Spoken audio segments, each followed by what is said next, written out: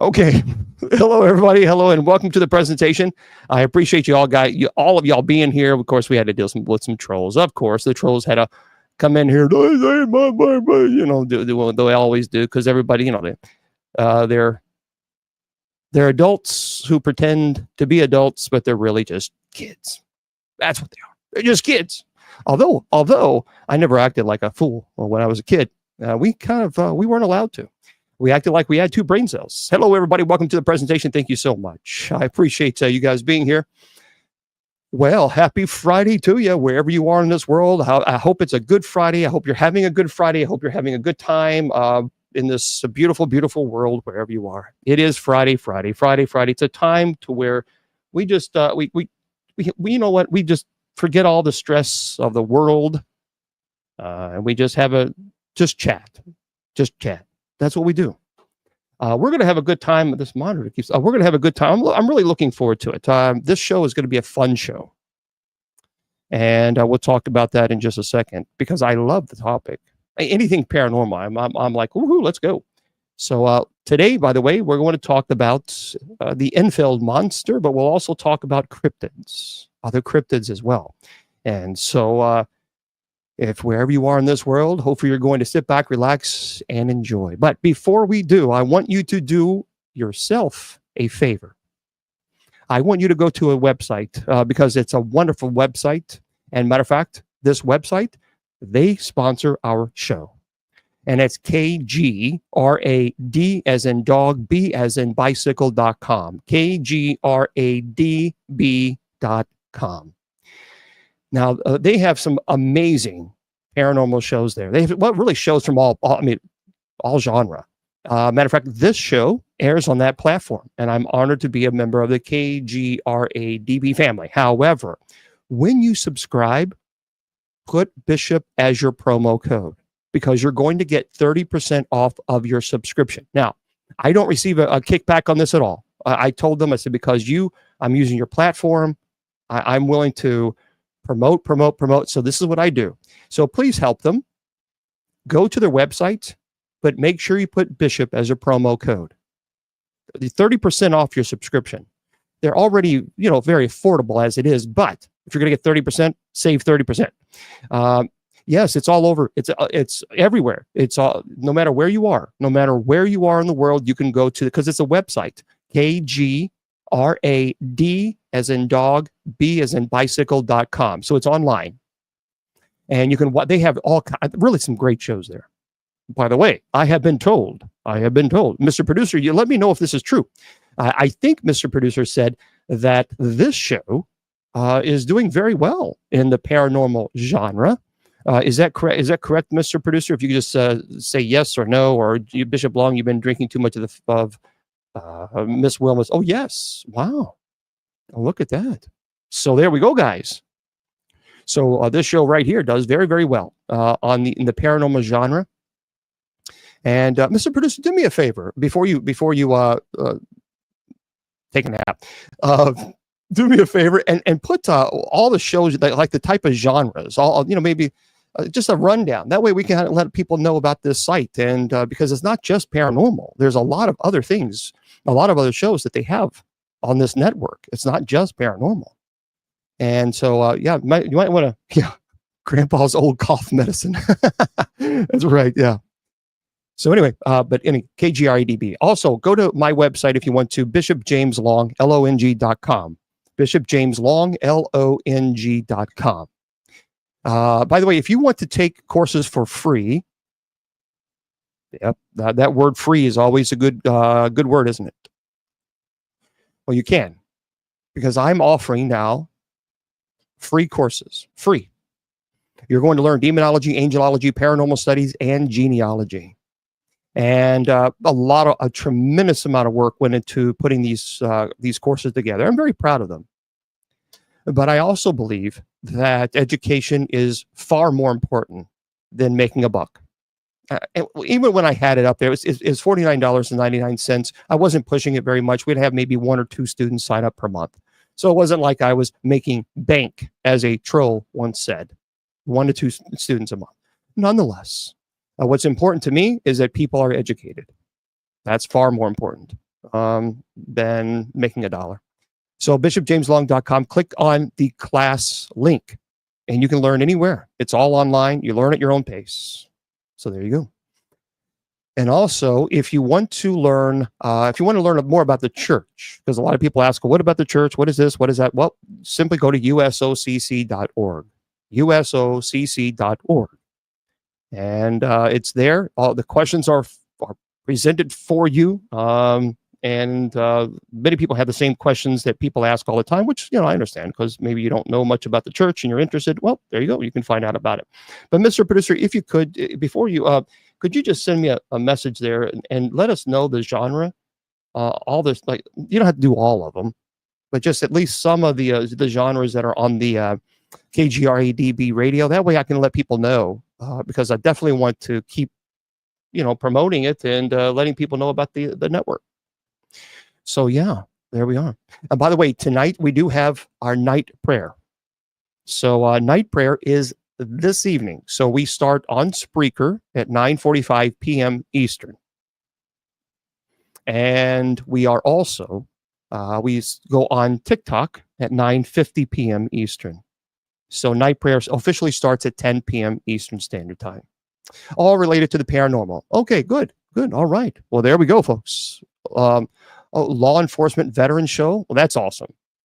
So seriously, guys, go on over, take a look at it. Make sure you subscribe, put Bishop as your promo code, and there you go. Tonight is a cool topic. Very cool topic.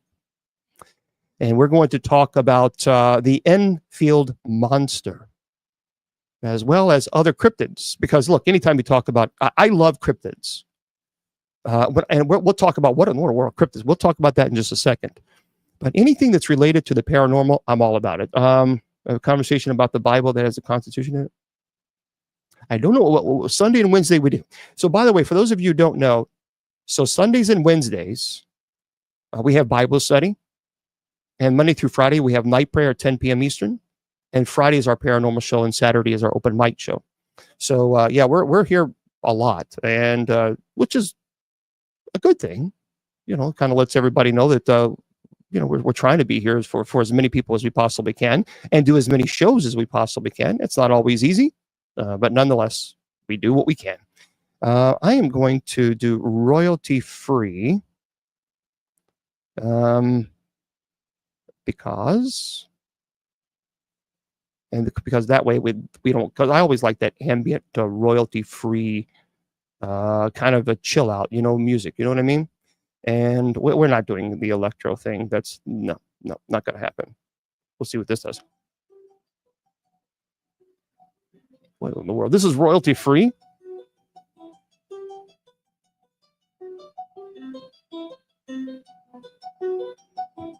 Well, no wonder it is. Good grief. No wonder that's royalty free. I mean, no offense, but I mean, we can't have that on for Spooky Fridays. Come on.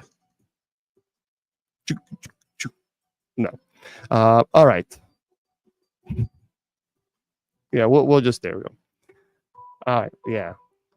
So tonight we're going to talk about the Enfield Monster. And by the way, I do have a special guest with us this evening, and he's going to talk a little bit about his own personal experience. And of course, we all know him as Willie Windwalker Gibson. Hello there, Willie Windwalker Gibson. How are you doing today, my friend? Doing okay, James. You know a little bit about cryptids, don't you? Just a little bit. Yeah, I've been called up on a few old cases. And I cannot wait to talk to you about some of these cryptids. And we're also going to talk about the Enfield Monster and what that's all about too. So, but we'll do that in just a second. In the meantime, if you could just chill, sit back, relax, and I'm going to do a presentation on the Enfield Monster, and then we're going to open up for you and talk to you about your experience and what you've seen and what you've witnessed. How's that? Okay. All right. So I'll be with you in just a second, bud. All right. So Willie Windwalker Gibson, of course, he's a shaman. He's a buddy of mine. He's been in the paranormal field for a very long time, has experienced quite a bit. I mean, a lot of pretty scary things. And we're going to talk about what he's experienced especially when it comes to cryptids. But let's go into this. First of all, cryptids, when we talk and we say cryptids, we're talking about like creatures that perhaps maybe are not defined scientifically speaking. For example, Bigfoot. So Bigfoot, the origin is North America, especially areas like Pacific Northwest. And the descriptions are a large bipedal ape-like creature. Bipedal, for those in Kentucky, it stands in two legs. Sorry, I'm from Kentucky. I'm allowed to say that. Many times they're covered, obviously, lots of hair. Thousands of reported sightings since the 19th century. They're well known for elusive footprints and occasional blurry photographs and videos. There's a lot of symbolism there. There's also Loch Ness Monster, otherwise known as Nessie. The origin was in Scotland, in Loch Ness. It's described as a long-necked aquatic creature. Aquatic, in those in Kentucky, that means in water. Reminiscent, of course, of some dinosaurs. This has been since the 1930s. There was actually a famous surgeon's photograph from 1934. Unfortunately, it was later exposed as a hoax. Nonetheless, the Yeti would be a cryptid, or otherwise known as the Abominable Snowman, or Miss Wilma when she gets up in the morning. Don't tell her I said that. The origins is the Himalayan region of Nepal and Tibet. So it's a large ape-like creature, often depicted as a white furred due to snowy environment. Expeditions and local lore date back centuries. And you're telling. And of course, there's a lot of people who've said that they've seen this. Chupacabra will be considered a cryptid, and it was first reported in Puerto Rico. And of course, stories spread across Latin America and southern United States. It's a creature, thank you, that attacks livestock, especially goats, and reputed to drink the blood. So now they're vampires. There was actually first sighted in the 1990s or so. But of course, there's earlier reportings. There's the Mothman. Mothman would be a cryptid. Point Pleasant, West Virginia, USA. A large moth-like creature with glowing red eyes. Perhaps maybe people say that I saw a Mothman. I don't know if I saw a Mothman, but what I did know is I saw something. And I'm going to pick Willie Windwalker's mind here a little bit later, and we're going to figure out what this was. But anyway, these are creatures that are just simply not defined. So now let's talk about the Enfield Monster. A lot of people don't know about this thing, but this was unbelievably popular and very well known. So if you like scary cryptid stories, let's get into it. Willie, I tell you what, let's do this so that you don't have to sit. Let's do this. Why don't we talk about your cases of cryptids? Let's do that first, and then I'll get into the Enfield Monster. So then you can hang up. You don't have to hang around just on hold. So let's do this. Let's see. This is how you do it.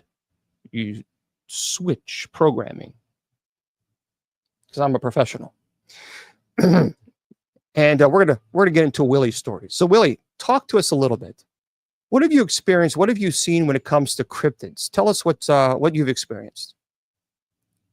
Well, James, I've gotten a lot of calls from people that well, I've seen this and I've seen that, and I don't know what it is, and I think it's a devil. I think it's the Mothman, the Jersey Devil, and all that kind of things. And of course they asked me about Bigfoot. And one case I had was, I don't know if it was a cryptid or not, but I had a lady call me and said that this creature has been coming in and out of her house, and there's nothing that she can do about it, because every time the creature would come in the house, that she would become paralyzed. So I asked her what she was experiencing, what did this thing look like, and she said it kind of looked like a troll or something of that nature, about 4 foot tall, and it had human-like features, but it had a lot of hair and things on it, and we think she thought it might be like a leprechaun or something like that. So, and she said it would every time it would show up in her house, that she couldn't do anything, and it would have her, and this is the case, have her undress and walk out into the backyard, and where she had some tall stand of trees back there, wanted her to walk into the trees. So she wanted to know what to do about it. And this creature sounded more like a cryptid to me than like a leprechaun or something of that nature, because I've had those kind of cases too. And so I thought about it, but I seem to think that it could have been a troll. So I went on ahead and investigated this thing, and I went out to the house and looked around. I couldn't find any tracks or anything like that. And so I started walking around the tree line into the forest, and I started sensing something was there, but I couldn't see it. And that led me to believe that what I was trying to run down was kind of like a troll, but it could go in and out of dimensions. Because I've seen hints of it. I've seen, like, in the corner of my eye running around. It kind of looked like it looked like a little bitty person with a lot of hair on it. And as I walked through the forest trying to run this thing down, like I would think that I would be getting close to it, and it would disappear. And that would make me think that it had the power to run in and out of dimensions. So I'm thinking that case was like a troll that lived in the forest. And this thing, I don't know if it was, out to get the woman or do something to her or something like that. But I told her to, next time she sensed something in the house, I told her to go on ahead. And I did a little research on this thing, and these things seem to hate bells. And I told her to get her a bell every time she sensed something around, just to ring that bell every time she senses this thing. And I haven't heard anything else about her, about this creature, but that's what I thought was, maybe it could be a troll or an interdimensional creature of that nature. So you do believe in trolls? Can you tell me? Because obviously, from my education and experience with trolls is zero. So please explain, what in the world are trolls? I mean, because it's hard for me to wrap my mind around that, just as it is maybe hard for some people to wrap their mind around people who are possessed. So explain that to us. It's just a creature that has human, it walks upright, and it looks like an animal and a human. They kind of have different sizes. I mean, I've seen them. The one I was trailing was about 3 foot tall, and I believe they're interdimensional creatures. They come in and out of dimensions, and she had a portal there on the property someplace.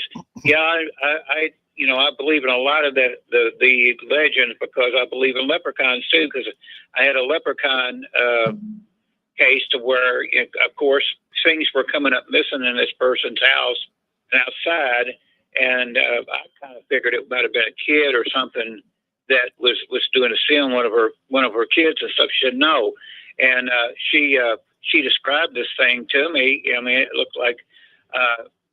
It sounded to me like it was just a little, like a midget type of thing, and a lot of people don't believe in leprechauns, but I do, because I've got Irish heritage too. Yeah. And of course I've had things like the Jersey Devil come across my caseload, and they wanted me to come to out there where this thing is always seen out there, to like the bottoms or whatever they call it. And I would tell people, as well as I do, James, I can't jump in a car and just take off. Right. I'm like you. I'm on a fixed income, and I don't have the money to go off in a lot of these cases, and I have to do it either over the phone and over the internet. Okay, so let me just explain a few things, guys, because I think it's important to explain. Cryptids, they're creatures of folklore and legend, whose existence is unverified or disputed by mainstream science. So we have to be fair. So these elusive and mysterious beings, they are often reported to be living like in a remote or unexplored areas. And their sightings have been documented by eyewitness accounts, folklore, and occasionally, sometimes you have blurry photographs. Now, the term cryptid, it was popularized by the 1980 cryptozoologist John E. Wall from crypto, derived from crypto, meaning hidden, and zoology. So when we talk about cryptozoology, so zoology is the study of animals. So stories of cryptids have existed for centuries. We have to understand it for various cultures all around the world, and various cultures, various religions. These creatures have been part of local folklore and mythologies, and with descriptions that vary widely, from depending on the religion and the belief, etc. One of the most famous cryptids, of course, we know is the Loch Ness Monster, said to inhabit the deep waters of Loch Ness in Scotland. Sightings of this mysterious creature date back all the way in the 6th century, by the way, with the modern legend gaining widespread attention in the 1930s. We talked about the surgeon's photograph. Now, other well-known cryptids, Bigfoot or Sasquatch in North America, the Yeti in the Himalayas, the Chupacabra, Latin America. So all the other theories exist to explain the existence of cryptids. And they range obviously from misidentification of known animals to hoaxes, and even possibly the possibility of undiscovered species. Now, what's interesting is in recent years, advancements in technology and even scientific exploration have allowed for more extensive, well, thank you very much, Destiny, for extensive searches for cryptids, but conclusive evidence of their existence remains elusive. And despite this, the allure of cryptids continues to captivate, I think, the imagination of everybody. So let me ask you a couple questions, if you don't mind, Willie, for your experience with cryptids, and we'll go from there. How's that? Okay. So what is your approach? For those of you, again, who don't know Willie, Willie has been in the paranormal field for 50 years. He's well known. He's been on many, many television shows. He is a shaman. And he has worked he has such a vast collection. He has 2 books out, by the way. Will he tell everybody the books and where they can get them, first of all? The Shaman Windwalker and Soul Warriors is on Amazon.com. Yeah, guys, make sure you pick those up. Seriously, they are fantastic. So a lot of people always ask, have you written a book? Yes, he has. Pick those up. So I got to ask you, what is your approach to investigating reports of cryptids? Because cryptids is a debatable even subject. There's the people actually saying, oh, they don't even exist. What is your approach? Someone says to you, okay, Willie, I saw this ape like creature, and I think he's stalking my home. What do you do with that information? Well, I've gotten a lot of calls about Bigfoot, James, and actually out here in West Point, just about 10 miles up the road from me, they have Bigfoot, hunters there, and they take people out on tours. They said Bigfoot has been seen there. You look at these pictures of Bigfoot and how shadow they are, and how blurry they are, right. and I personally think, as far as Bigfoot goes, they should be left alone, because I think they're like a tribal type of thing, and I also believe they have the ability to go in and out of dimensions too, and and I've been asked to go out and just sit in the woods, and I have been known to attract things like that. And they would want to put me out like as bait to see if they can get a Bigfoot to come up to me. And I won't do it. If I wanted to see Bigfoot, I probably could go there, go out into the woods and see Bigfoot, but I don't want to do it. That's as far as that goes. Native Americans revere these creatures, or and I'm the same way. I don't want to bother. If they don't bother me, I won't bother them. A lot of these cryptid things like the Jersey Devil and the Mothman and things like that. I mean, it's not like they just show up. I mean, it's just like it's almost like they come in and out of a dimensional type of thing, and you don't really, they don't come and to where they can just take a picture of one and hey, I got a picture of one. It's almost like they're elusive enough to where they don't want to actually be outed, I guess you would say. A lot of these creatures, like the reeker and all them.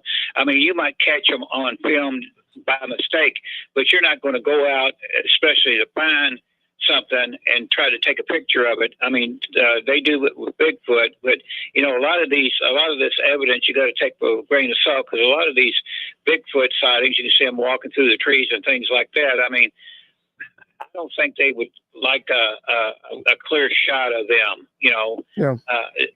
The cryptids don't want. That's like Nessie. They have never got a real good picture of Nessie, other than a thing that looks like a log going in the water and up and down. It could be a giant eel for all we know, and it seems awful strange that they can't get a good picture of these cryptids. It's almost like they don't, if they don't want to be seen, you're not going to find them. Yeah, for those of you just tuning in, talking to our buddy Willie Windwalker Gibson, and we're talking about cryptids tonight. But tonight, after I talk to Willie, I'll do a presentation on the Enfield Monster. So make sure if you've never heard about that, you want to stay tuned. It's going to be a pretty interesting presentation. But I wanted to talk to Willie first. That way he's not on hold for a whole hour and a half. So just get his perspective on cryptids. So, okay, so if they're interdimensional beings, let's just say for the sake of argument that cryptids are, all right? So why are they here then? I mean, if they're going to come here, then they got to know that humans are going to see them. And obviously we're curious, we're going to know what these creatures are. So I guess my question is if they are interdimensional beings and they do show up here, I mean, with all due respect, don't we have a right to know what they are? I mean, what is it? Why do they come here? If they have the ability to be interdimensional beings, what are they doing here? What is the point? And go ahead, James. I think a lot of it is where the dimensions just cross over from time to time, and they go from, they could be walking in their dimension and accidentally come into ours. I think it's just accidental. Just like the Enfield Monster type of thing. I have gotten some calls about it a long time ago. I mean, a long time ago. We're talking 20 years, 30 years ago.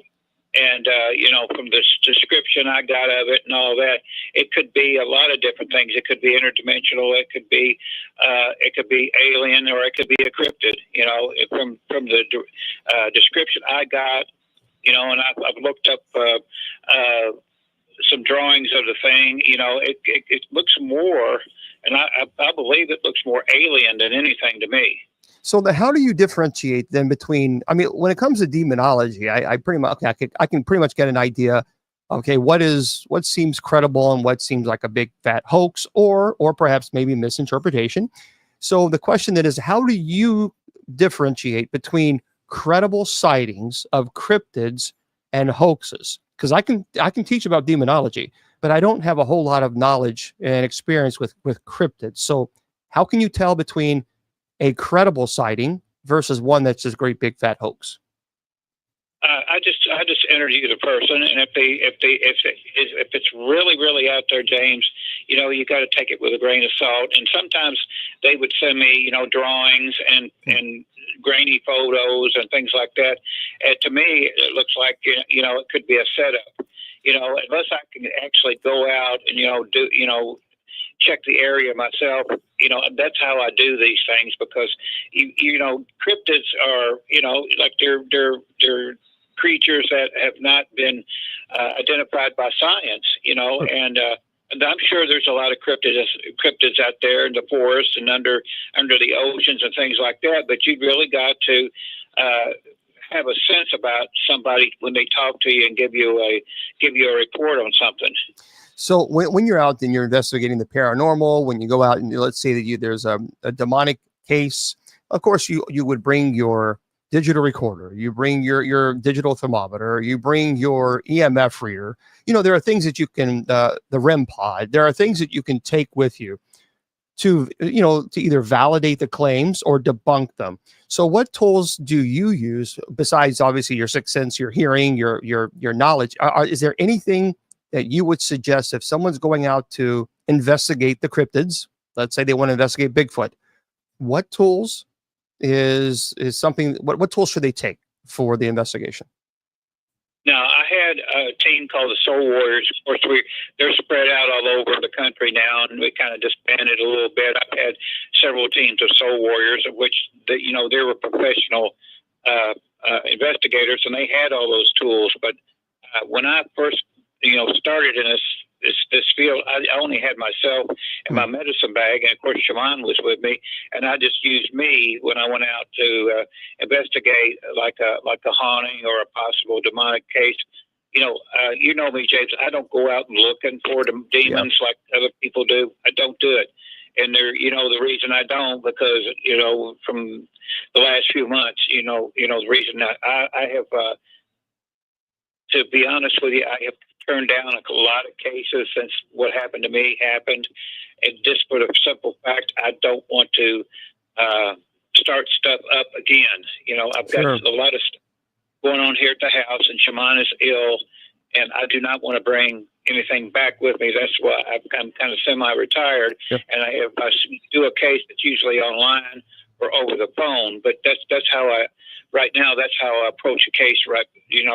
Like today. But back then, I would use myself mostly I would go in, and if I was going to do a case, and this is back when I had the Soul Warriors, I would actually go and scout out what I was going to do, like a house or a property or something, because I did not want my Soul Warriors to walk into a case where their equipment would not help them. I mean, it might detect something, but if I run into a thing where I had to fight it, I didn't want my Soul Warriors to get caught up in it. So I would go out. I would actually scout the area out a couple of days before we would get there. I've had cases where houses were really, really active and had negative stuff in there, and I would go and do the initial interview and feel the place out before I would even take the Soul Warriors in there with the other equipment. So, have you ever had an encounter with a cryptid? And again, for those of you who are just joining us, talking to Willie Windwalker Gibson, he's a shaman, a buddy of mine, known him for a long, long time, been in the paranormal for 50 years. Have you ever had an encounter with a cryptid that actually frightened you?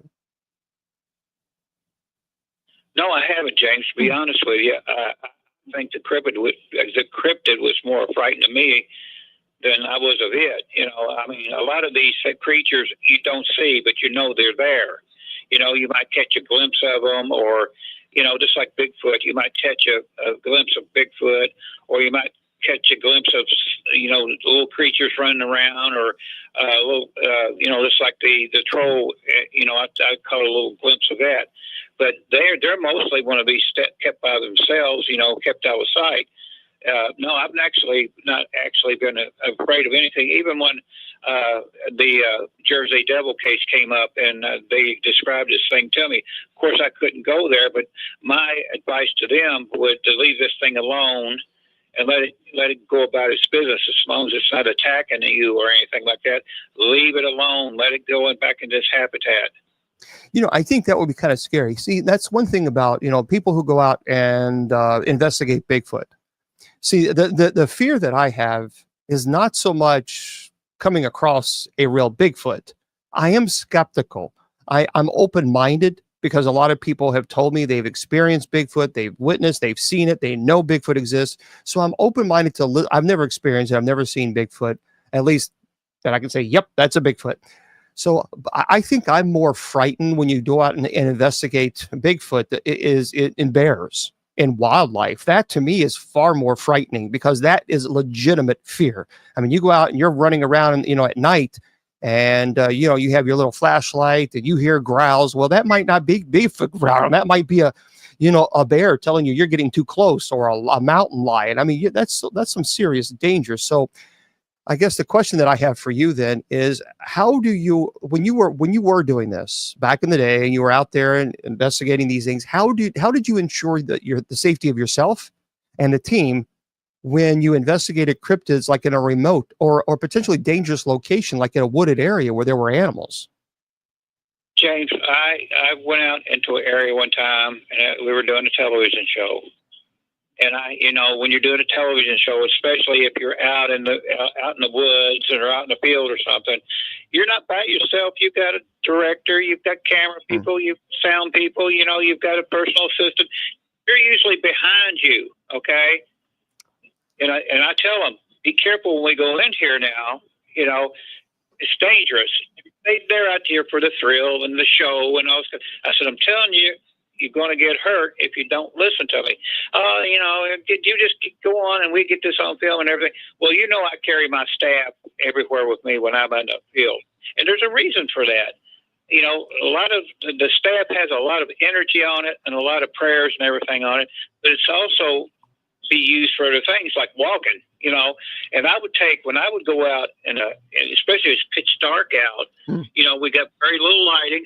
I'm inching along with my stick because I don't want to fall off a cliff or in a hole or something. And these people are running around having fun. And there's one case I was doing that, and they said, "Can you speed it up?" I said, "No, I'm not going to speed it up." And I would walk around, and I know I was going to be okay, and I could hear people falling behind me, tripping and falling, camera equipment sideways. The director fell over a log and stuff like that, and I just stood still. I said, "Everybody, just be still and listen to me. We're not going to move fast. We're in an area we do not know what's in front of us, and just listen to me. Walk where I walk, and my stick would lead me and the crew out into a safe area." But they would get out there, James, and it's just for the sake of the show, and it's pitch black, and I'm afraid I'm going to fall and break my neck or break my leg. You get out there and you get hurt in an area like that. You fall and break a leg, you're in trouble because it's pitch black. Right. They don't know where they're at, and they won't know what to do other than stand there until the sun comes up and you're laying there in pain. That's why I tell them, if you go down, you're going to be in trouble. I just let them find it out for themselves. So I pulled a lot of camera caves, going into caves. I tell them the same thing. Be careful. You don't know what you're going to run into. And I'm inching along with my staff to make sure what's ahead of me is not, you don't run across a snake or, you could pitch black like that. You don't know what kind of animal you're going to run into. So I've used my stick as a weapon. I've used it, to get my things out, get us out of different areas and, safely. But, it's just, I'm more concerned about my safety when I go into these areas than being scared, Sure. Well, yeah. And Francis and Maria, I was thinking the same thing about rattlesnakes, especially you running around and, in the woods. I mean, there are snakes and you get bit. You're in big, big trouble. Let me ask you this. A lot of people will say, well, there's really never any real compelling evidence. I mean, there are people who have blurry cameras where it's fascinating how they always take cameras, the pictures, and they're always blurry. I mean, we are in a very modern technological advanced age in cameras, for God's sakes. They shouldn't be blurry. Of course, now some of them, I understand their arguments. So, well, I didn't have time. I took it as fast as I could. Okay, I got it. So in your opinion, what is the most compelling evidence that you have come across to support the existence of any particular cryptid? Doesn't matter what it is, whichever cryptid. Is there any compelling evidence that you have personally come across that says, yep, this conclusively provides, I think, enough evidence for me to say, not only do I think I know because I have the evidence? James, this is the God's honest truth. I have not found any evidence other than my own eyesight, seeing things out of my peripheral vision and stuff like that. I have not found a dead body. I have not found anything that proves that there's something there other than, now I believe in cryptids, but I have never found a bone or, scat or anything like that will prove these things a bit. And people, what gets me, James, you watch these Bigfoot shows and they got all these night vision cameras and all that going on, and they can look through the woods and capture. They've never caught anything. Yeah. A clear picture of anything other than night vision, and it could be anything walking through the woods with a heat signature. you know, and that there's just one, you know, some of these shows are on 4 or 5 years, and they haven't found one piece of good evidence that they can show people that, look, see this clear picture of Bigfoot and he's waving. You know, they don't have it. So, but you know, okay, that's the thing. Then that's the problem. That's why so many people say that this whole Bigfoot, all these cryptids, because there's no concrete evidence that would support that Bigfoot. Because quite honestly, we just haven't found any Bigfoot creating rockets that can go up to space. So the question then would be how intelligent are these beings? Now people say, well, they're very intelligent. Okay, yeah, but they're not doing brain surgery. They're not doing heart surgery. They're not creating rockets to go into space. So obviously, you know, we can argue as far as their intelligence. So it's like, okay, think about for a moment. We can put rockets into space, but we can't take a picture of a 8-foot ape-looking creature that walks on 2 legs. And you see that's the problem. That's the issue, is that we're able to do all these amazing things. We heart surgery, for goodness sakes, and yet we can't even capture a picture of an ape walking around who's 8 feet tall. Let me ask you, has there ever, when you're out investigating Bigfoot, have you ever saw footprints where you're like, that 1,000,000% is Bigfoot? No, I haven't, James, and that's the truth. That's the truth. So, but the footprints are going to be there. These creatures are in their habitat. I mean, they could be right next to you. You not know it. You know, they could be smart in that realm, and they probably are interdimensional. They give off some kind of a force field or something that, you know, they say that, you know, they can be right in front of you and you wouldn't see them. And I kind of believe that, but like I said, it's all these years. You know, I mean, you seen that one film of taken 50 years ago, that one Bigfoot walking across. Yeah. That's the only really, you know, halfway decent one, but you haven't seen anything since then. You know, you've got the Bigfoot shows, all they got is infrared of a creature a mile away. You know, I've worked on shows that they even have drones that goes up and there's aerial shots. You know, I've worked with that kind of stuff before, and they haven't really gotten anything with those. So, okay, so it does seem like the evidence, it seems like most evidence is basically coming from personal experience. And as far as concrete evidence, like, okay, that is a clear video, 100% of a Bigfoot. We know it. That's indisputable. We don't have anything like that. We don't have. So is it fair then people who say this whole Bigfoot or all cryptids is just a, I guess, it's imagination kind of gone wild, or perhaps misinterpretation or misidentification? Is that a valid argument then? James, I really, you know, being Native American, I really do believe there's cryptids out there. I really do.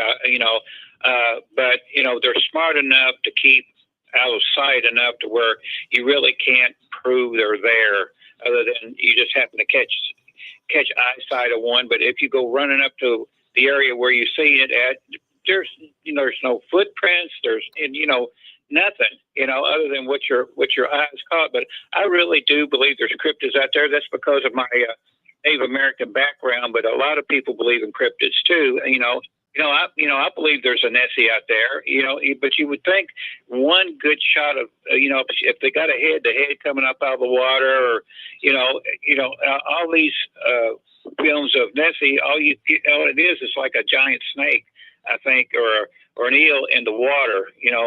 That's about all that you can really say that is. I would love to see a dinosaur head come up, and that plesiosaurus or whatever they call it, and show it all over the world. But these creatures, these cryptids, I mean, they've got a knowledge about them that they can keep out of the way to where you can't really prove they're there.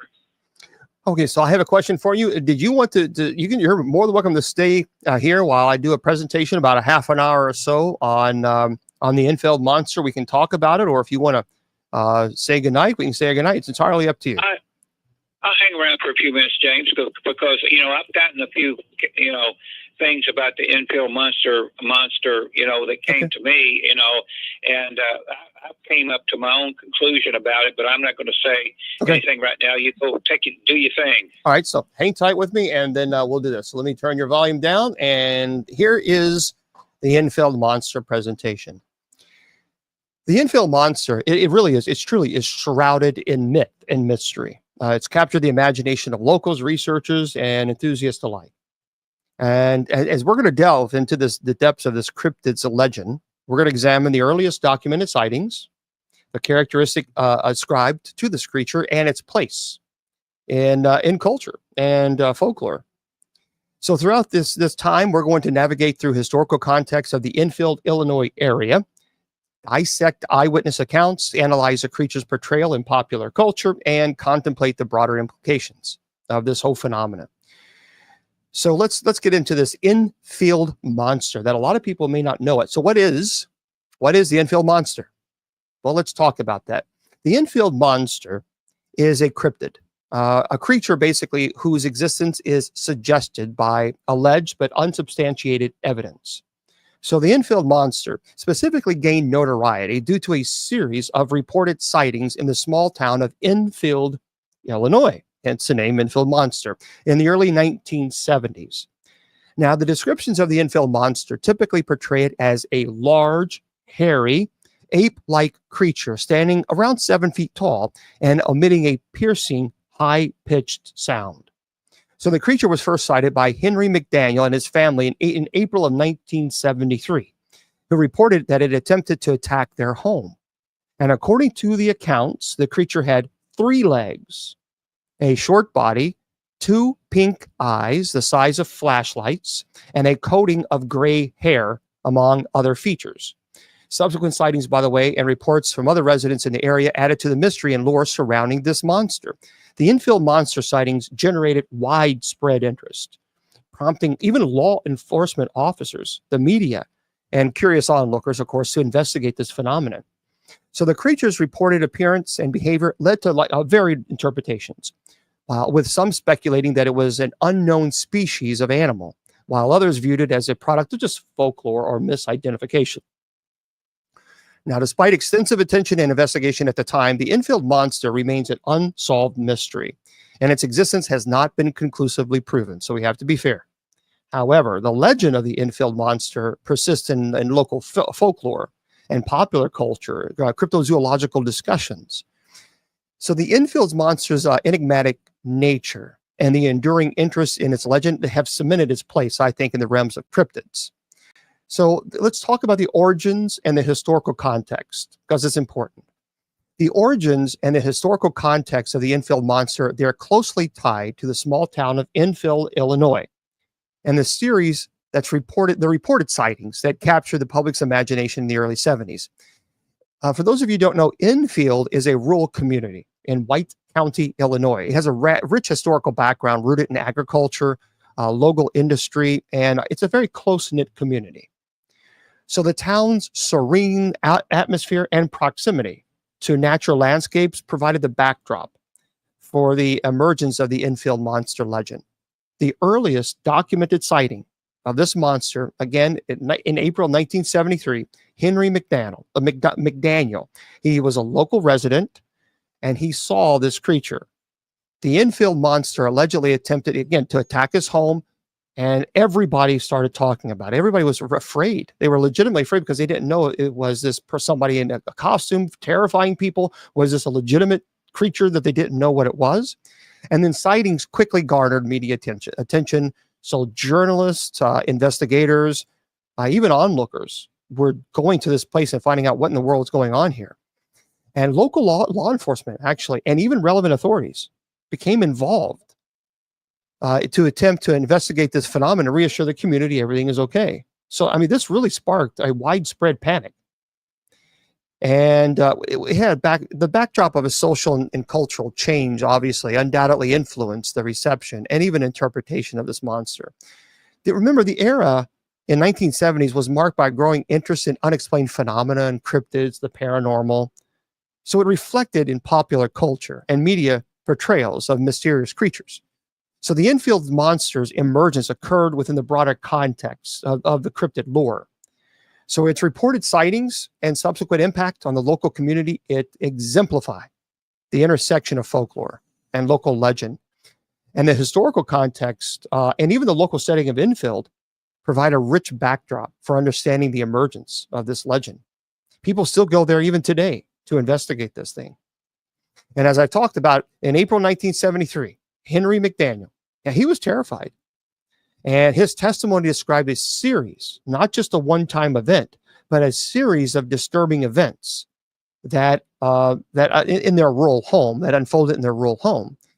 So he and his family, actually, he says they were startled by strange noises outside their residence in the dead of night. Investigating the source of the commotion, McDaniel claimed to have witnessed an inexplicable creature lurking nearby his property. So he says he saw it clearly with his own eyes. And this monster would be known as the Enfield Monster, a towering ape-like entity. McDaniel recounted that the creature emitted a high-pitched, piercing sound and actually displayed, thank you there, Alessia, and displayed aggressive behavior, prompting fear and even concern among the witnesses. That's why they were fearful. So McDaniel's description of this monster included distinctive features.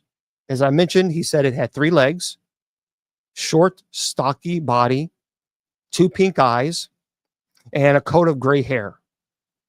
Now, these details, along with the creature's reported attempt to break into the family's home, obviously contributed to the sense of alarm in this area. And after that initial encounter, McDaniel's family report of the Enfield Monster's aggressive behavior and unorthodox appearance quickly captured the attention of law enforcement, and they got involved. So the first sightings, as I mentioned, it's rooted in McDaniel's family experience, marked the beginning of a series of reported encounters. So that they weren't the only ones that actually saw this creature. And the compelling nature of the initial sighting, coupled with the detailed description by Henry McDaniel, laid the groundwork for the Enfield Monster's emergence as a captivating enigma. I mean, he was able to be very specific, very detailed in this creature. So this wasn't a creature that he was like, what is that? I can't really see it. He absolutely, 100%, he was very, very convinced that he saw this. And other people, even eyewitnesses and individuals who claim to have encountered the creature as well, contributed to this, to the enduring intrigue. And these accounts have collectively shaped the prevailing image of this cryptid and even influenced its portrayal in popular culture. The eyewitness testimonies, by the way, and reported sightings have provided a general depiction of the Enfield Monster. Now, other people say that he looked like a large ape-like or humanoid creature. Some people say he stood 7 feet tall, and other specific details have varied across accounts, you know. But it's interesting. Many people who've seen this thing have pretty much all described it as tall.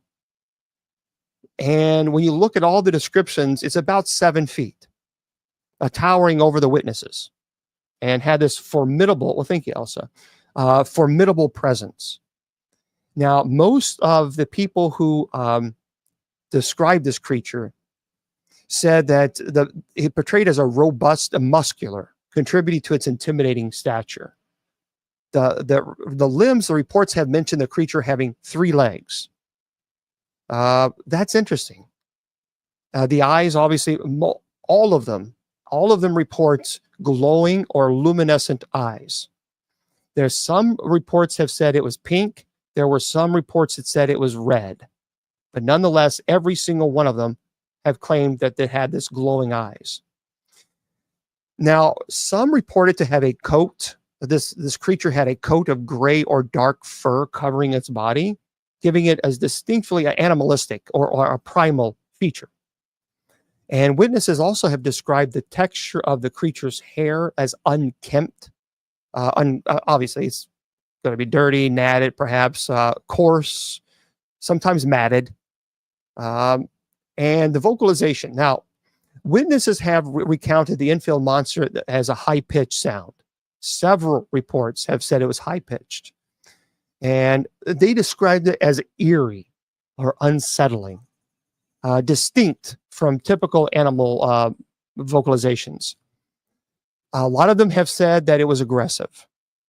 So some accounts have depicted the creature as displaying aggressive behavior, including attempted to approach or even attack individuals or homes, as in the case of the initial sighting that was reported by Henry McDaniel. So the creature's distinctive features, coupled with the compelling nature of eyewitnesses' accounts, have fueled ongoing discussions and investigations. So the reported sightings of this monster, I mean, when you talk about local authorities having to get involved, and they actually went out to these woods, to this wooded area where this creature was, and there was a huge investigation to determine if this was even legitimate. As I mentioned, local law enforcement and officials got involved. They responded to the reporting sightings by conducting inquiries and patrols, because people were so terrified, because there were more than one people that were reporting seeing this creature. And obviously the community got heavily involved, and they helped also with the pursuit or searching for this creature. Researchers, enthusiasts got involved, people who study cryptozoology, and the media coverage. I mean, the widespread attention garnered by the Enfield Monster led to extensive media coverage. There were news outlets, journalists documented the reporting sightings, conducting interviews. I mean, there were so many. And even pseudoscientific perspectives got into play. So some investigations involved individuals with expertise, like such as zoology or wildlife biology, who wanted to analyze the reported characteristics and try to figure out what this creature was. But despite all this, all the concerted efforts to understand the reported sightings, the Enfield Monster, even today, has remained steeped in mystery. Now, in popular culture, there's a lot of influence, certainly, in film and literature. The Enfield Monster is also known as the Enfield Horror. It is in Enfield, Illinois. And that's the problem, because some people even describe this creature as 4 to 5 feet tall, with grayish skin, 3 legs, short claws, and red eyes. To me, honestly, when I read that, it sounds like a kangaroo. That's what it sounds like. It would be very easy to misidentify a creature. I don't know how big kangaroos get or how tall they get, but they certainly are. Many are very muscular in their feature. But I would think that anybody could look at a kangaroo and say, "Yep, that's a kangaroo." But I can, people say, "Well, it's a kangaroo because of the 3 legs." Well, obviously, it doesn't have 3 legs; it has a long tail. There's been a lot of books and literature on the Enfield Monster, and we see that you can go online and look at it, even television. It's been the subject of television shows, documentaries. Matter of fact, it was even featured on the episodes of Monster Quest and In Search Of. And while the Enfield Monster has not been the central focus of like a motion major picture, big time, picture, it has likely been referenced to certainly independent or low budget films. And even music. Some musicians and bands have been inspired by cryptids like the Enfield Monster and reference them in songs. There are a lot of podcasts and even shows like this talk about this creature. So the question is this a hoax, or is this reality? Well, since the sighting in 1973, there's been a lot of debate on this. And even today, people still debate, and some regarding the reports as total hoax. But others consider the possibility that something genuinely unexplained occurred. But the problem is it's never been resolved. Now, several individuals claim to have seen this monster in this 1973 sighting, and their accounts varied. But many described a similar creature. 3 legs, red eyes, generally humanoid in appearance, and the sincerity and consistency of these witnesses have been scrutinized by skeptics, but they have been pretty consistent. And obviously, there's a lack of physical evidence, and that's the problem, isn't it? So despite all the eyewitness reports, there is no tangible evidence of the Enfield monster was ever found. Nothing.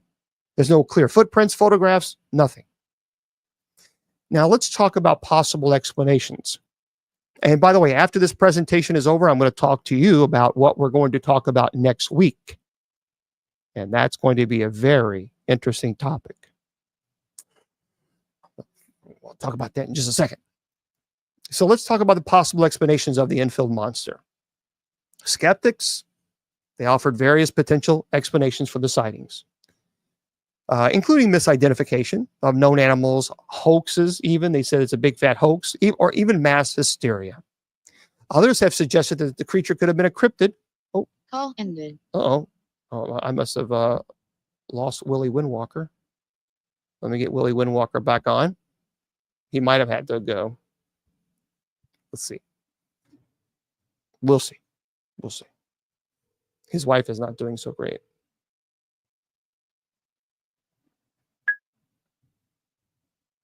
Hello, Willie? Yeah, I'm here. Oh, okay. Yeah, we lost you there. I just didn't know if you had to go because I know that Shaman's not doing the greatest. So are you still okay? Yeah, I'm gonna have to go, James. Oh, I understand, buddy. I understand. Well, thank you for being with us. We appreciate that. Okay. All right, take care. All right. Willie, God love him. He is he takes care of his wife Shaman, and she's got a lot of health issues. So certainly, if you would keep them in your prayers, so because they certainly need the prayers. So there's been a lot of people who said this is just mass hysteria, that this is nothing, that this is all just nonsense, and even folklore. Regardless of the truth of these sightings, the Enfield monster has become part of the folklore, local folklore. And due to the lack of conclusive evidence and the passage of time, it's challenging to definitively determine whether the Enfield monster was a hoax or something genuine. When we talk about the Enfield monster, it is really bizarre. There were multiple sightings. There was a lot of media coverage. It affected the community. It is now placed on a cryptid status. There certainly is a lot of skepticism and speculation about what this creature is. But I think, like many cryptids and creatures from cultural mythology, the Enfield monster is now into the folklore, and no one can take that away. What this was, we don't. I just simply don't know. I don't know. Now, there are people who look at this from a psychological and anthropological insights. So let's talk about that. Let's talk about the psychological and anthropological explanation to this phenomenon, because we have to be fair. First, human imagination takes a toll here. The Enfield monster phenomenon illustrates how human imagination plays a pivotal role in the creation and the perpetuation of cryptids. When you're talking about the Enfield monster, folklore and local legend also takes control here. So these creatures can become source of cultural identity. And so when you're looking at the Enfield monster, and by the way, if any of you have ever had experience with this, let me know, because I would be really, really curious. But in essence, the cryptid phenomenon, and as exemplified by the Enfield monster, showcases the dynamic interplay between human imagination, folklore, scientific inquiry, and cultural impact. For the people who saw it, it was very real to them. So here's the $1 million question. What now? Is that it? 1973? No, there's actually continued interest. So the Enfield monster remains a subject of interest for cryptozoologists, paranormal enthusiasts, and people actually still go to Enfield, Illinois to try to find this and investigate in the woods in this creature. So even today, people claim that they go out and investigate, and they hear these sightings, they hear these noises, they see something on thermo, but they can't explain it. And there's a lot of things, but I think personally, and this is just my opinion, I think when you're dealing with the Enfield monster, you're probably dealing with, I think, probably a misidentification. It makes sense to me that this could have been a kangaroo, Perhaps maybe someone had it as a pet. It got loose.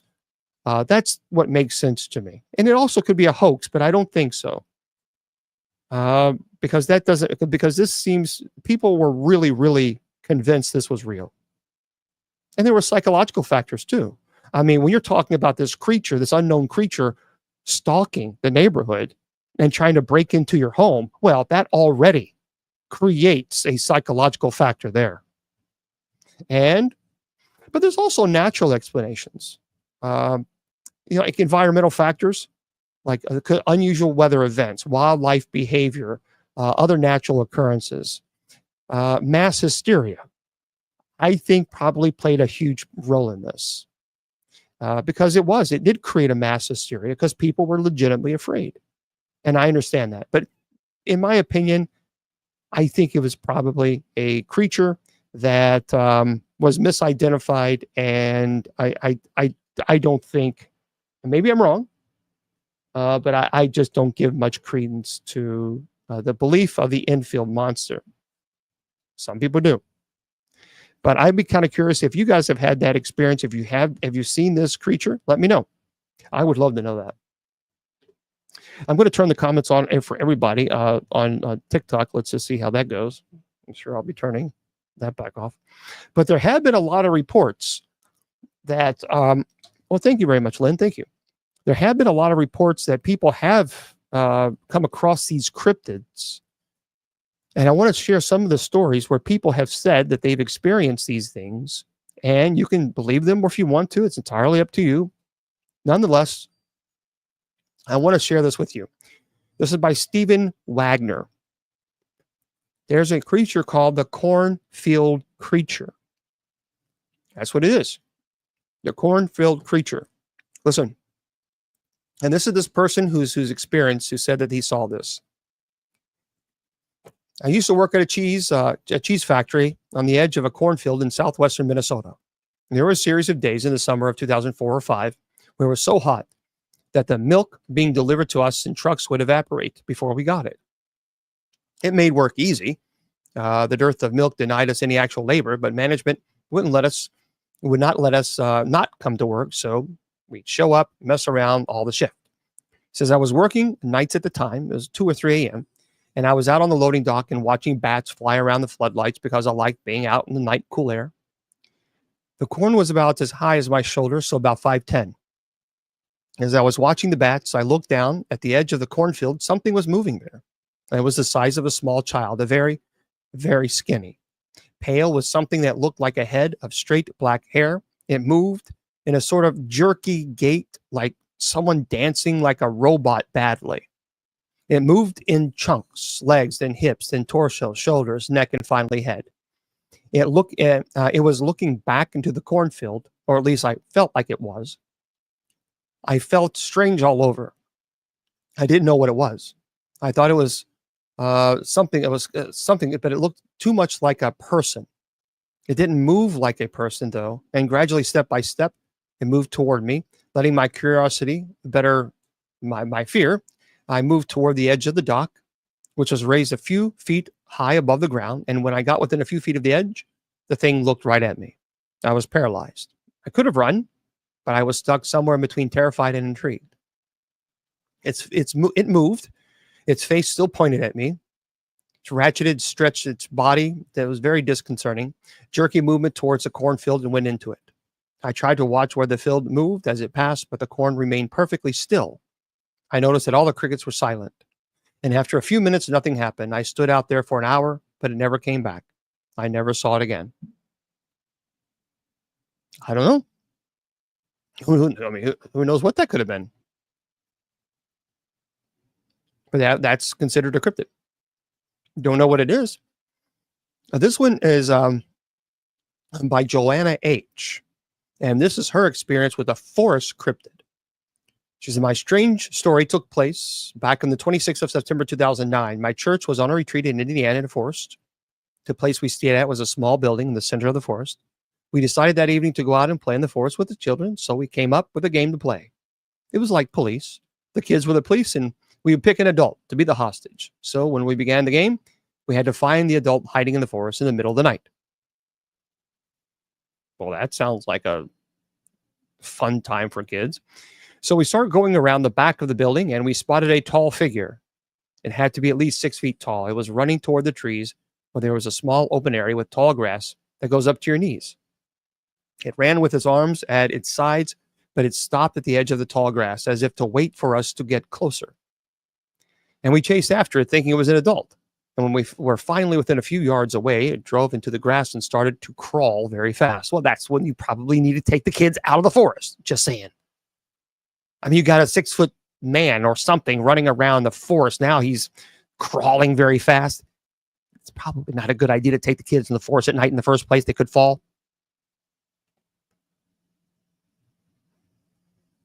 Anyway, okay. So this thing is slithering around all over the grass. We're like, wait, this is fun. Okay. Anyway, it ran with its. So anyway, after we chased it, thinking it was an adult, we finally were a few yards away. It drove into the grass, started to crawl very fast, almost snake-like. We got weirded out. You don't think so, but stood there staring at it. And when it got across the tall grass, it began to climb a tree. Oh, wonderful! And it looked somewhat like a deformed cat-like animal when it was climbing. And then a few moments later, a kid yelled, "I see him!" Was pointing in an opposite direction. We saw a similar figure running a couple of yards away, so we chased it. But then it vanished behind a tree. Turns out a few minutes later, we found the adult hiding in the parking lot in the front of the building the whole time.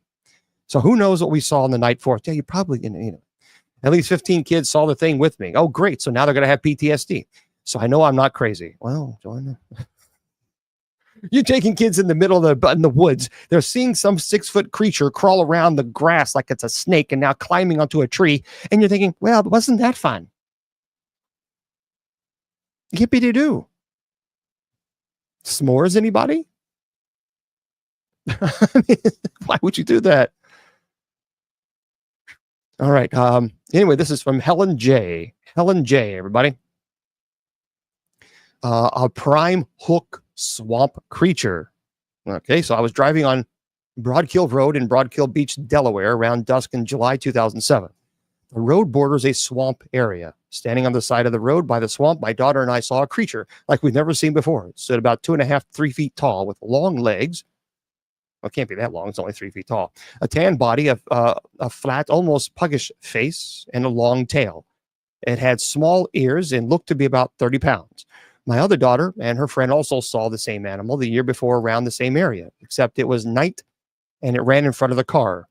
I asked the lady who owned the Broadkill the beach store about it, and she said she had seen it once when it was dirt biking with her dad in the areas before, and both her and her dad had no idea what it was, even though they were raised around the area. She said we were lucky to have spotted it. Very few people have seen it, and says went to the Prime Hook Reserve, and this is what the swamp area is called, the museum, and they had no idea what it could be. I'm wondering if anyone else had seen it and what the heck it was. Well, I don't know. Well, I agree. Ouija boards are bad. James Monster sounds like an alien. Yeah. So, Willie, are you okay, buddy? Hopefully you're doing all right. Willie's on Facebook, so hopefully everything's good. We'll do a few more, and then we're going to wrap this one up. And I'm going to talk about, oh, yeah, I have a lot of haunted items that I'll be talking about. Listen to this one. The moth, and I'm going to show it. I'm going to show this. I'm going to show the thing today. The Necronomicon, the book. I'll show that in just a second. The Mothman says, now, I don't know if I saw the Mothman or not. Let me just tell you because we're tight on time here. Yeah, just a second though. So here's the deal. Guys, listen to this. I don't know what this was. I would love to know what it was. So if someone can tell me, because I have, this has bothered me ever since I saw this creature. And I don't know what in the world it was. I've talked about it before. I did the presentation on this when I did the Gates of Hell Cemetery. And I even talked to Willie Windwalker about this. I'm trying to find some royalty-free There we go. Royalty-free Facebook and YouTube. You have to do that. Otherwise, you get in trouble. So at the Gates of Hell Cemetery, it was me and 3 other people were there. And we were in the very back at this cemetery. And it was around midnight. And it's one path in, the same path out. And there's like a horseshoe fence around it. So, guys, I'll tell you, hold on.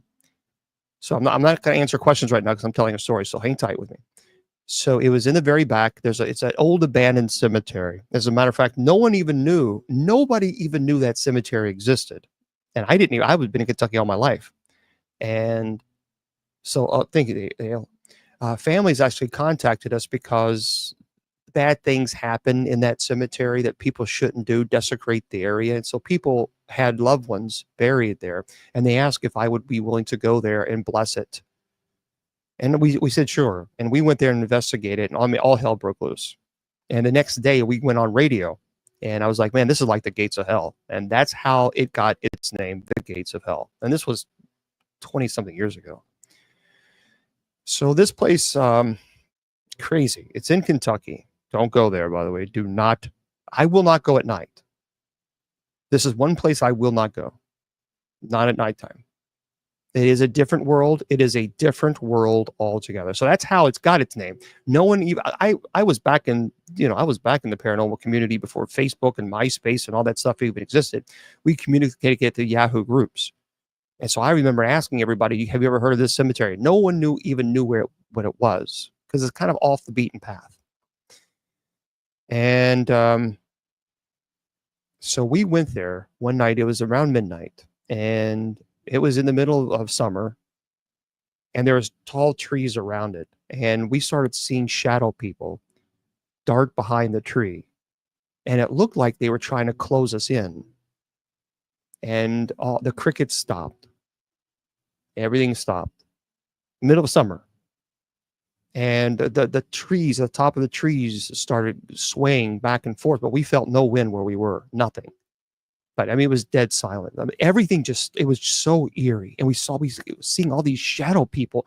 Originally, we thought it was the locals trying to scare us, because it started out like with 2 or 3. And then it kept going more and more, and it was surrounding us. And we really thought we were being closed in. So we were like, you know what, well, because here's why I went there at night. We were told that particular time there would be people that was supposed to show up to do satanic rituals. And as a matter of fact, there was a satanic altar there that I tore down, and I actually took several of the items. And I'll talk about that one day in on the series that I do on TikTok on haunted items.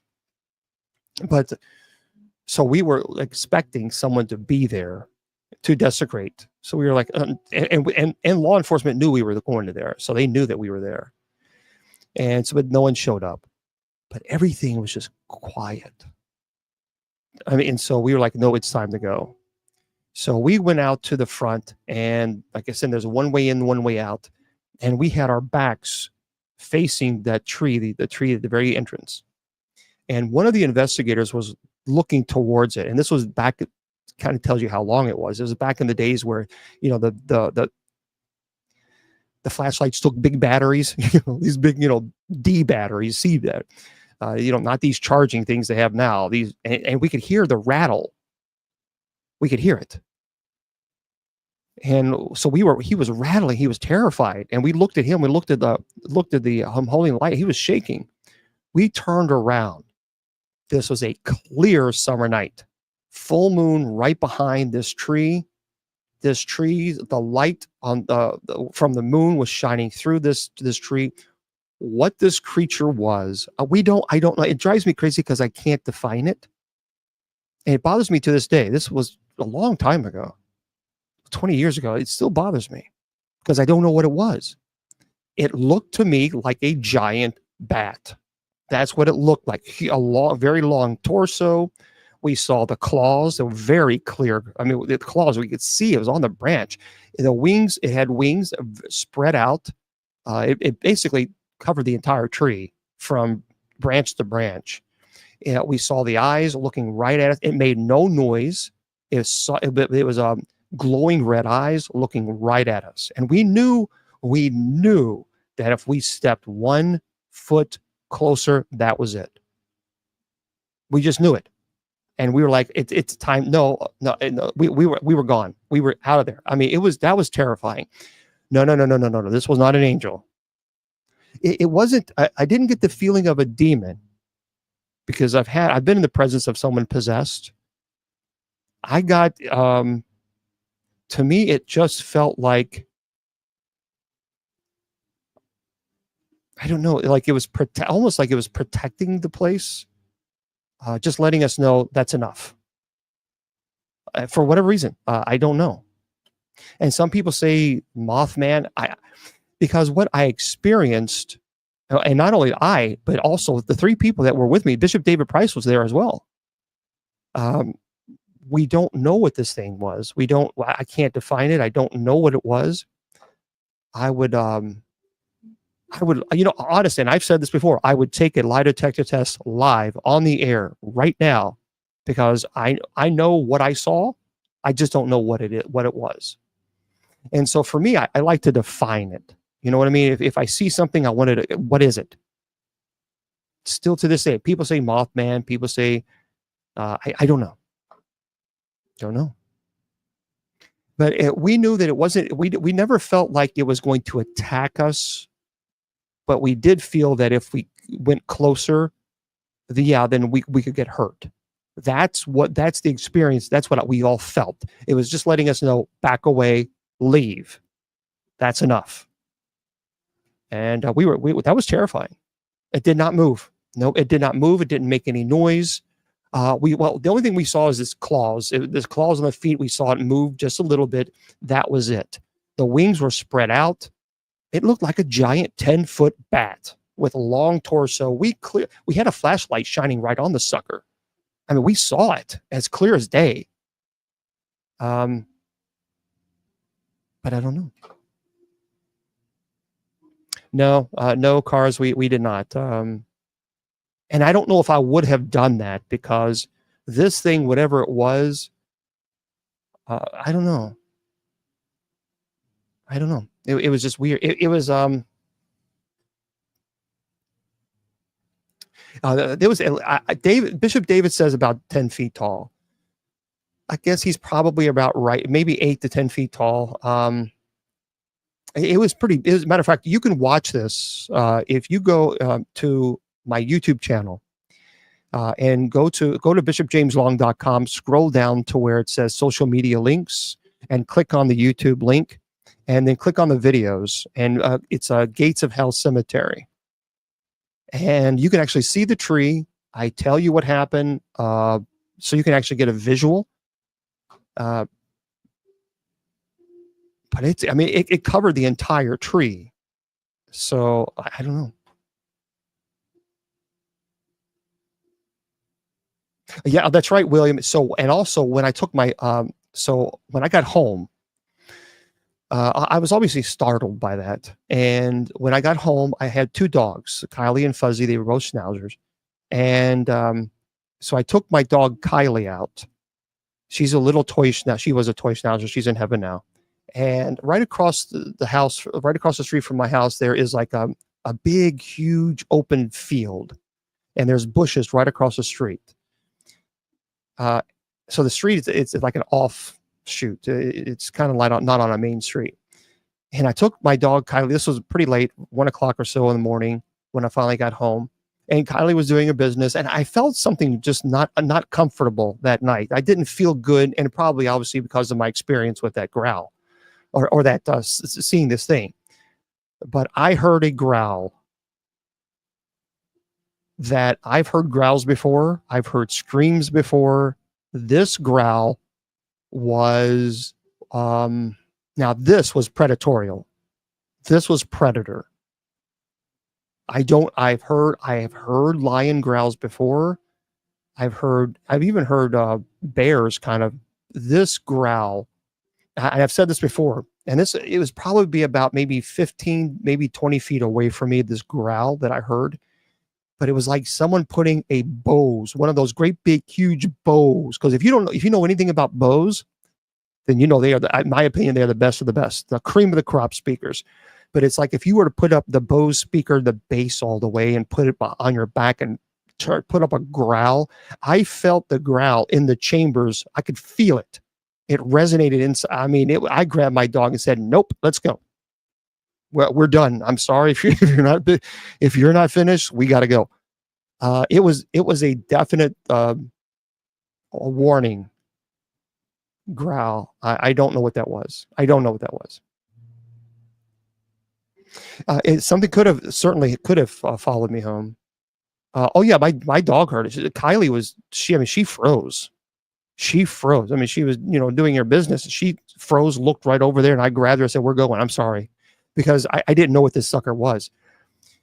This was a deep, remember, this was 15, 20 feet away from me. And this was it felt like someone putting a huge speaker right on my back and turning the bass up and turning that growl up as loud as it could. And that's how, oh gosh, that's been a while. Gosh, how long ago was that? I want to say maybe 15 years ago or so. It's been a while. But yeah, that was, well, because there are children, there are kids that are buried in the graveyard. Yeah, it was definitely a predator. It sounded like a predator.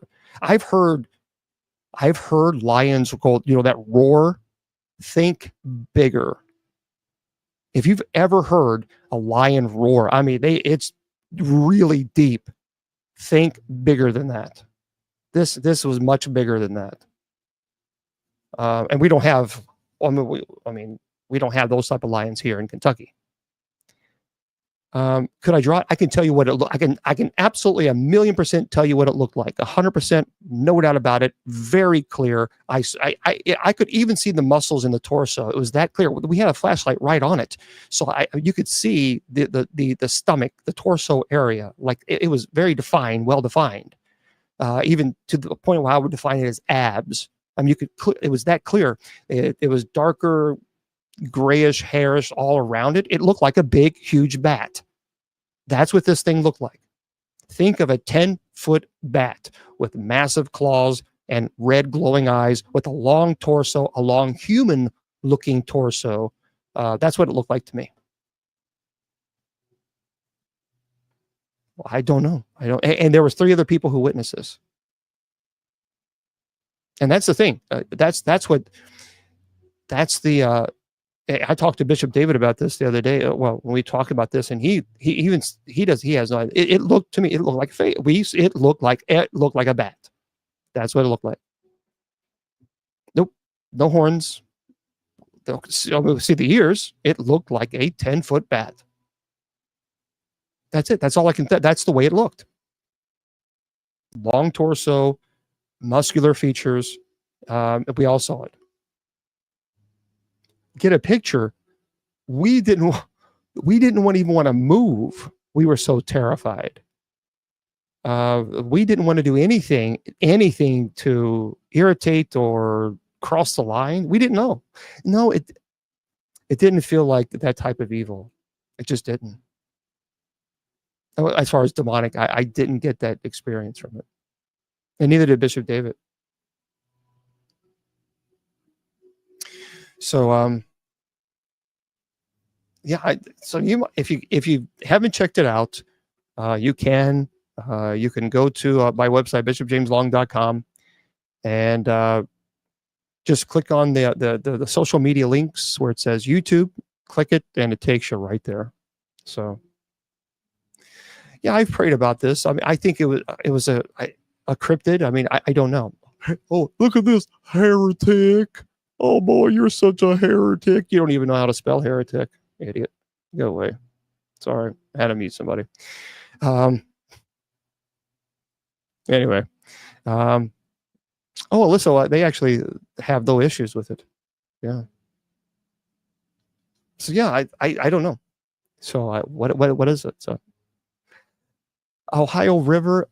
It's not This, no, I mean, it's in Kentucky. It's in Kentucky, but it's not near the Ohio River. So, but anyway, so yeah, there we go. Well, it doesn't give a whole lot of information about them. That's the problem, because they're so unknown. We just don't know what these are. But listen to this. I want to share this with you guys, everybody. This is a story that I wanted to point out. This is interesting. This is by T.K. Randall. And it says there is recently a 25-foot humped creature that has been recently filmed moving across the surface of Loch Ness. Interesting. A veteran, Nessie Hunter, has captured footage of something strange that was moving across the surface of the loch.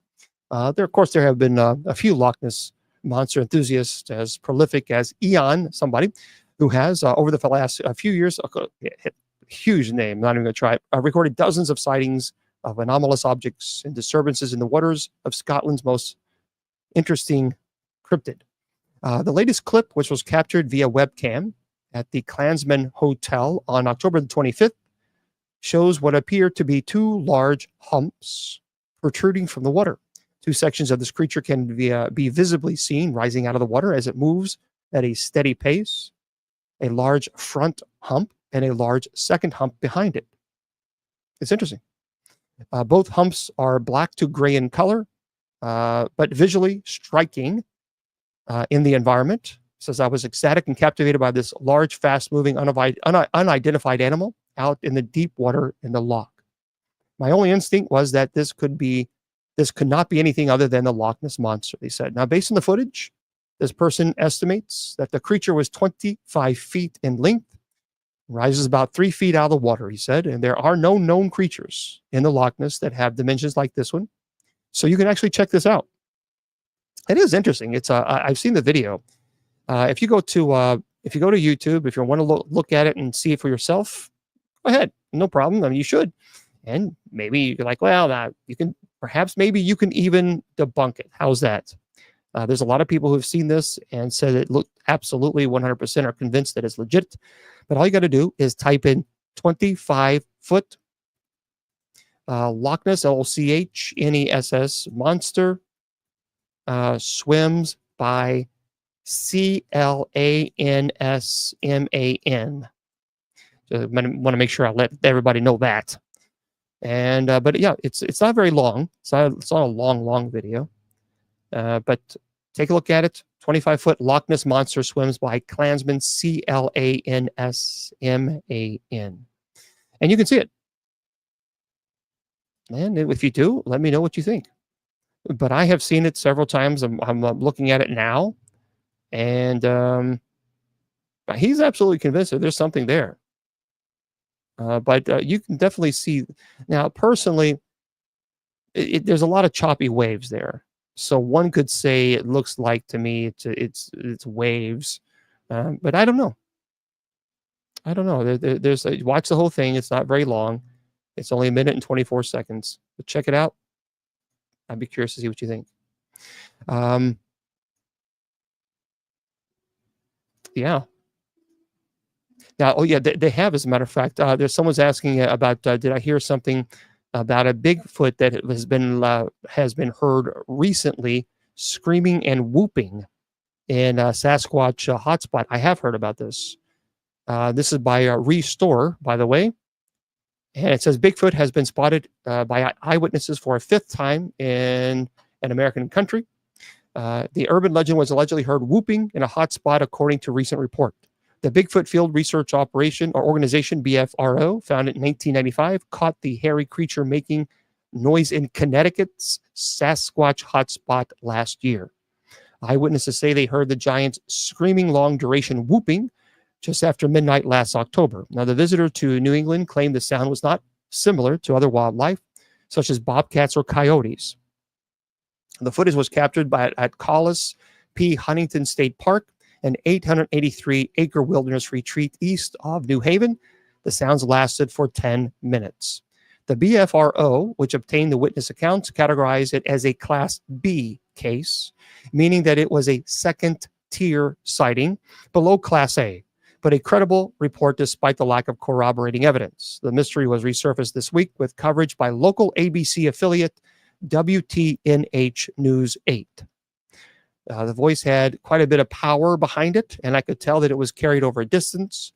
I would rough guesstimate at least 2 clicks, about 1.25 miles from my cords, the anonymous witness said in the report.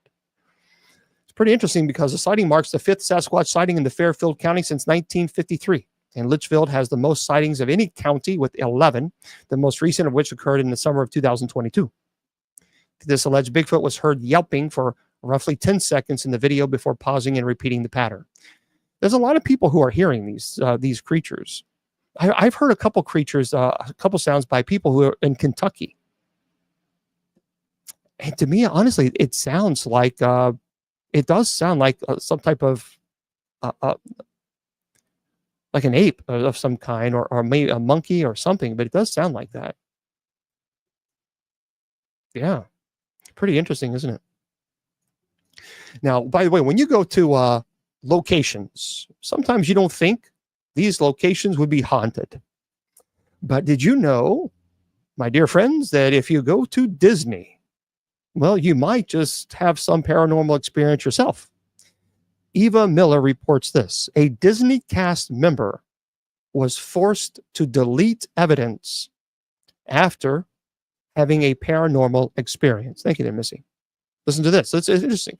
Disney's theme parks are well known for creating enchanting experiences that immerse guests in fantasy. But some former cast members are now sharing stories of encounters that blur the line between fantasy and the paranormal. From ghostly apparitions to mysterious voice and eerie shadows, these accounts paint an unexpectedly chilling side of the theme parks. Interesting. So one former cast member recalls a haunting experience beneath the haunted mansion itself.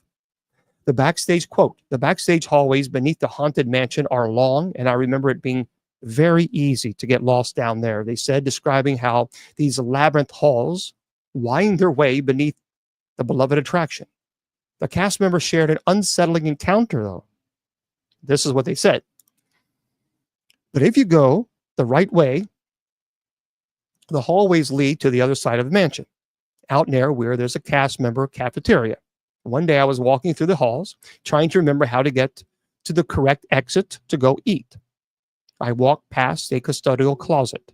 I saw this woman that I kind of knew, and she worked custodial with me, and we had spoken to each other only once or twice before. And I very briefly smiled at her as I kept walking. Thought nothing of the encounter. A week or so later, another person told me that the same woman had passed away recently. And the person says that fairly positive she died just before she saw her in that closet. So these surreal stories don't stop at the haunted mansion. Another cast member recalls a spine-chilling moment on Main Street, USA, early one morning after the park had opened. As they swept near the famous Walt Disney and Mickey Mouse statue, they heard a voice behind them say, "Excuse me, miss." Prepare to give directions. They turned to find no one. Quote, I looked around expecting to see someone nearby, but there wasn't a single person close to me, they recounted. The voice was so clear and distinct, like someone right behind me, but there wasn't anyone even close to that description anywhere in sight. Oh, but that's pretty interesting, huh? Yeah, there's a lot of people who are saying that they're experiencing these haunted experiences in Disney. Who knows? I don't know much about that. I do. Yeah. The vestments, yeah. Well, not the vestments, but my clerics. Yeah, I wasn't on, I was never with Art Bell, but I have been on Coast to Coast quite a few times with Nori. Here's an interesting story. I don't know if you guys have heard about this one, but there is an Illinois truck driver is reporting a close encounter with a Bigfoot. And this is by TK Randall. So the sighting occurred while the driver was cruising along remote country roads in rural Peoria County. It had started out like any other day when Gary Rutherford Jr., he's a 42-year-old truck driver who had been transporting USPS mail along Route 9 between Glassford and Canton, Illinois, encountered something he would never forget. He said it was 6 a.m. on October 5th, and everything had been going smoothly until about 3/4 of a mile along the route. His low beams illuminated something strange on the side of the road. Says, I didn't process this thing until I was right up on it. I did a double take, he recalled. It was standing, 2 legs, brown fur. I drove past it about 5 seconds. In that moment, it locked eyes with me, orange, yellowish, glowing eyes.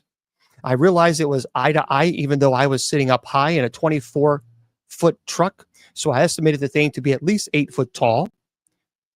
I was just stunned, trying to figure out what I just saw. The encounter would go on to bother him greatly, and he quickly developed a keen interest in researching and reading about the Bigfoot phenomenon.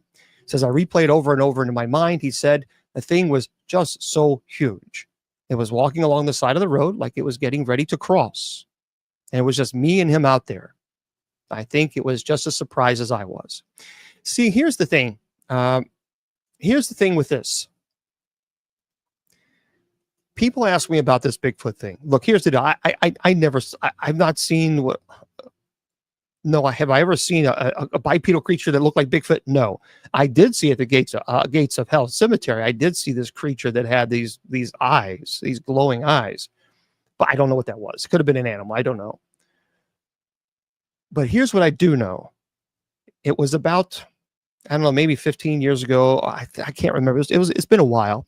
And I had a game warden on. I talked about this before. I had a game warden on from Alaska. He was a Alaskan native, or native Alaskan. I mean, he grew up in the woods. I mean, he was a hunter. That's what he did. I mean, he was a game warden, and he was on the show. And he was you were not going to convince him of anything else other than what he saw was Bigfoot. And I remember asking him, and I've said this before. I asked him. I said, "Well, is it possible that you misidentified this creature, that perhaps maybe it was a bear, or perhaps, standing up, and maybe scratching its back or something, or perhaps it was a moose?" And his exact words to me is, if I don't know the difference between a bear and a moose and Bigfoot, then I should not be a game warden in Alaska. And he was right. He's not selling a book. He's not selling a movie. He's not doing any of that stuff. He is just absolutely convinced that what he saw was Bigfoot. Because I said, well, we even talked about, well, could it have been a big old grizzly bear? He said, the problem with that is this had long legs. Great grizzly bears don't have great big legs and walk bipedal for long periods of time. Now, they do stand up, yep, and they can walk for a brief amount of time. This creature was standing straight up like a man, and he had long legs. And this was a huge, huge bipedal creature with long legs. So he was not, he was absolutely 1,000,000%. He was nothing.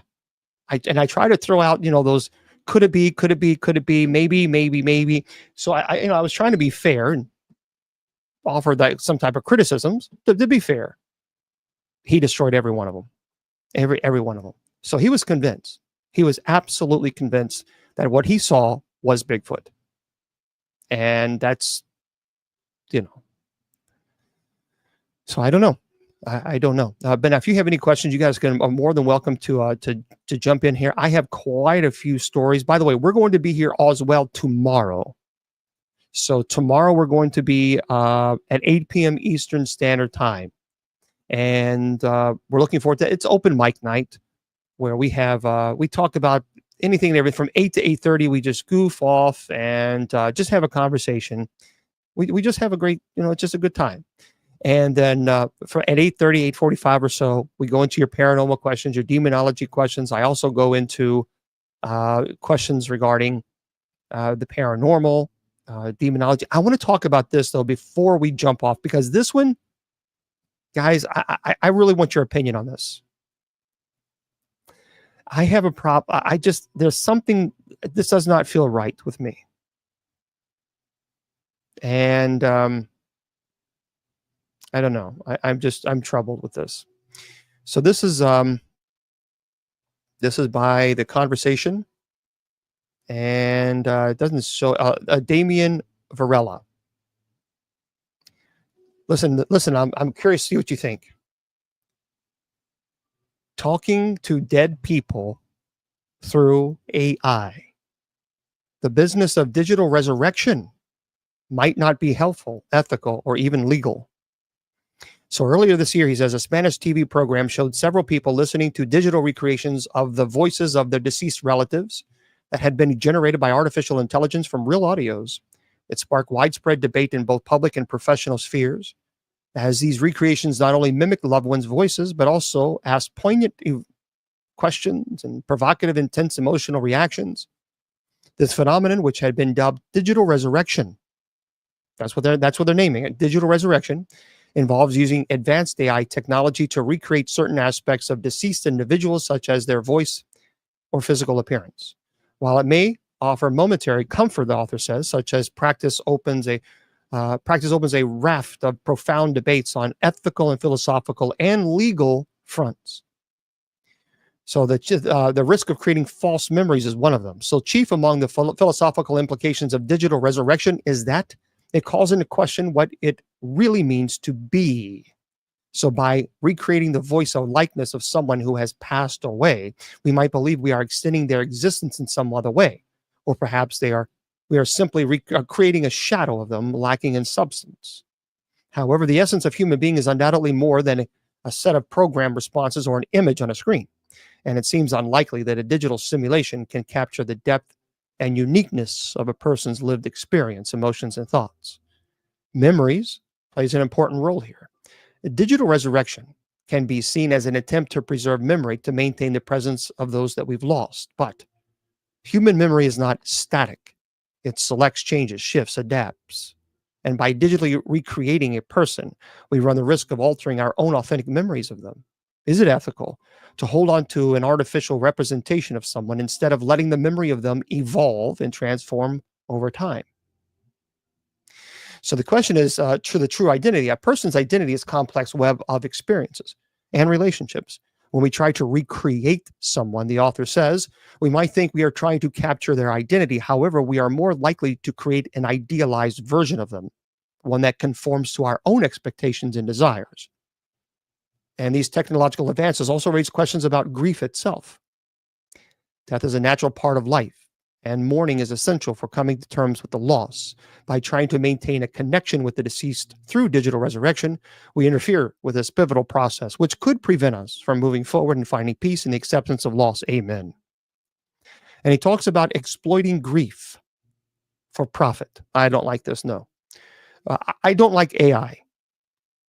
I'm not a fan of AI. I think AI is a problem. And I think that we better get control of this very, very quickly.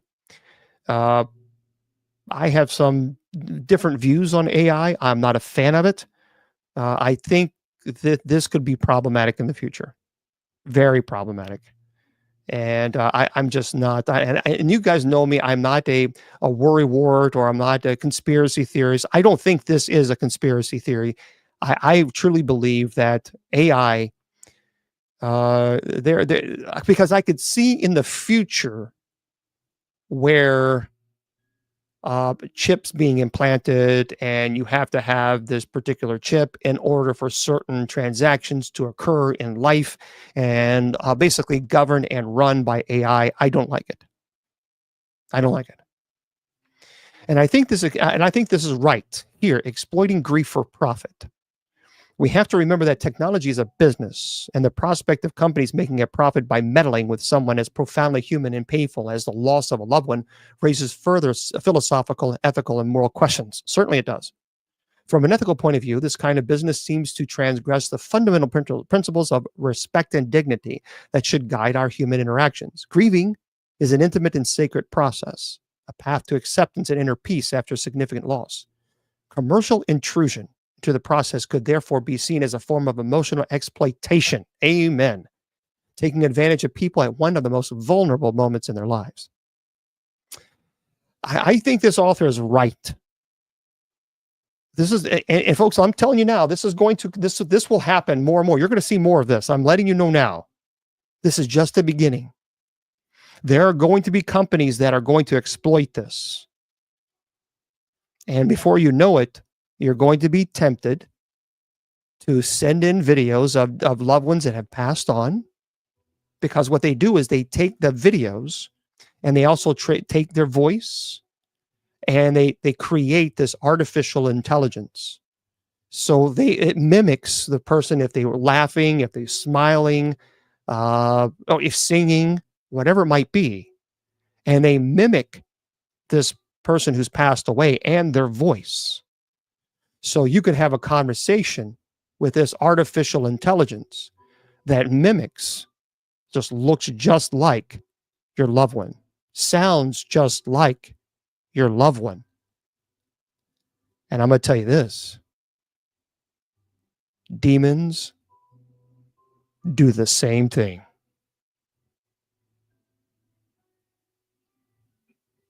And that is a problem. So, do I support this? No. No. As clergy, I have tried helping people who have grieved and are grieving a loss of a loved one. And you need to go through those stages of grief. You need to.